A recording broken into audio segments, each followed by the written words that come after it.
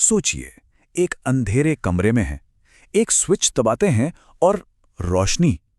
बड़ी आम सी बात लगती है ना? पर कभी सोचा है, इस छोटी सी टॉर्च के अंदर आखिर चलता क्या है? ऐसा क्या जादू है जो पल भर में अंधेरे को रोशनी में बदल देता है? तो चलिए, आज इसी रहस्य से पर्दा उठाते हैं।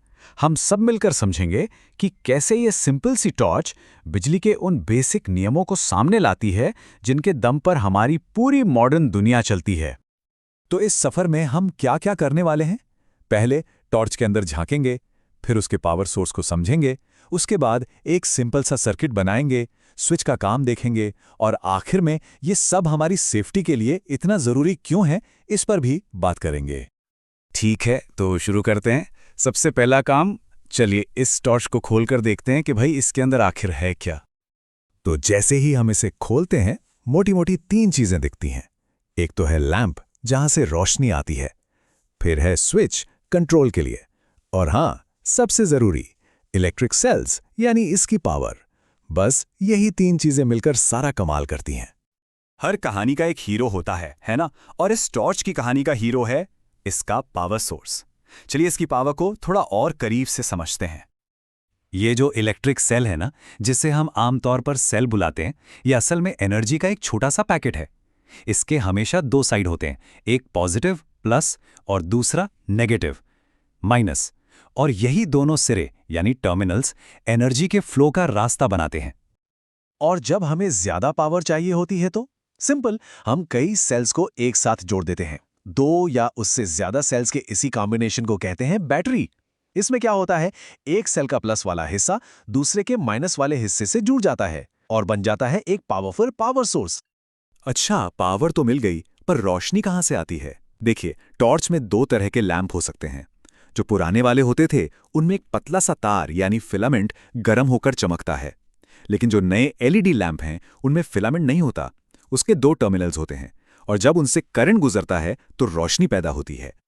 तो अब जब हम सारे पार्ट्स को समझ चुके हैं, चलिए उस आहा मोमेंट की तरफ बढ़ते हैं, यानी जब हम इन सबको जोड़कर रोशनी चलाएंगे।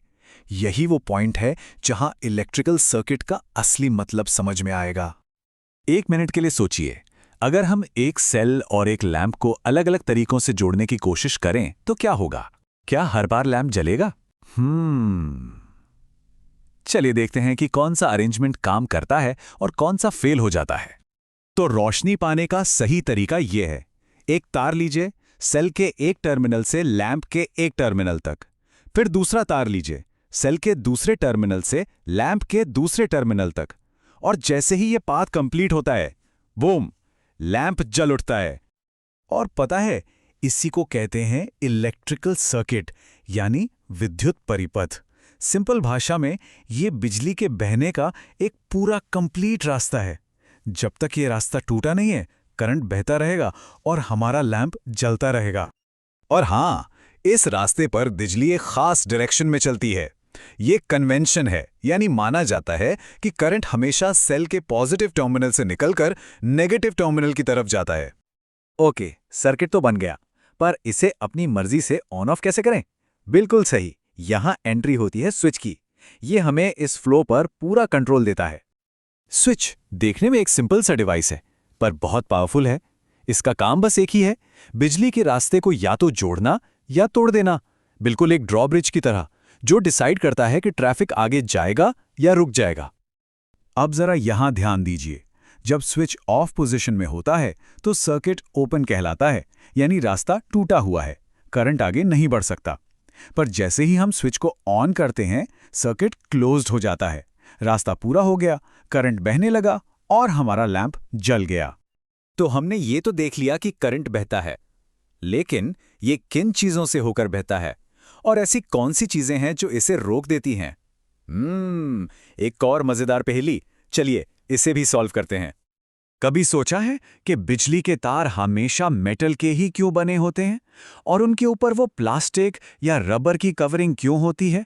इन सवालों का जवाब कंडक्टर्स और इंसुलेटर्स की दुनिया में छिपा है। जरा इस टेबल को देखिए, हमने अपने सर्किट में अलग अलग चीजें लगाकर टेस्ट किया। रिजल्ट बिल्कुल साफ है। जब हमने मेटल की चाबी लगाई, लैंप जल गया। लेकिन जब रबर या प्लास्टिक स्केल लगाया तो कुछ नहीं हुआ। इसका मतलब साफ है, हर मटेरियल से करंट पास नहीं होता।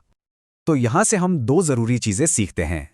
वो मटेरियल्स जो करंट को आसानी से पास होने देते हैं उन्हें कहते हैं कंडक्टर्स यानी चालक, जैसे कि सारे मेटल्स।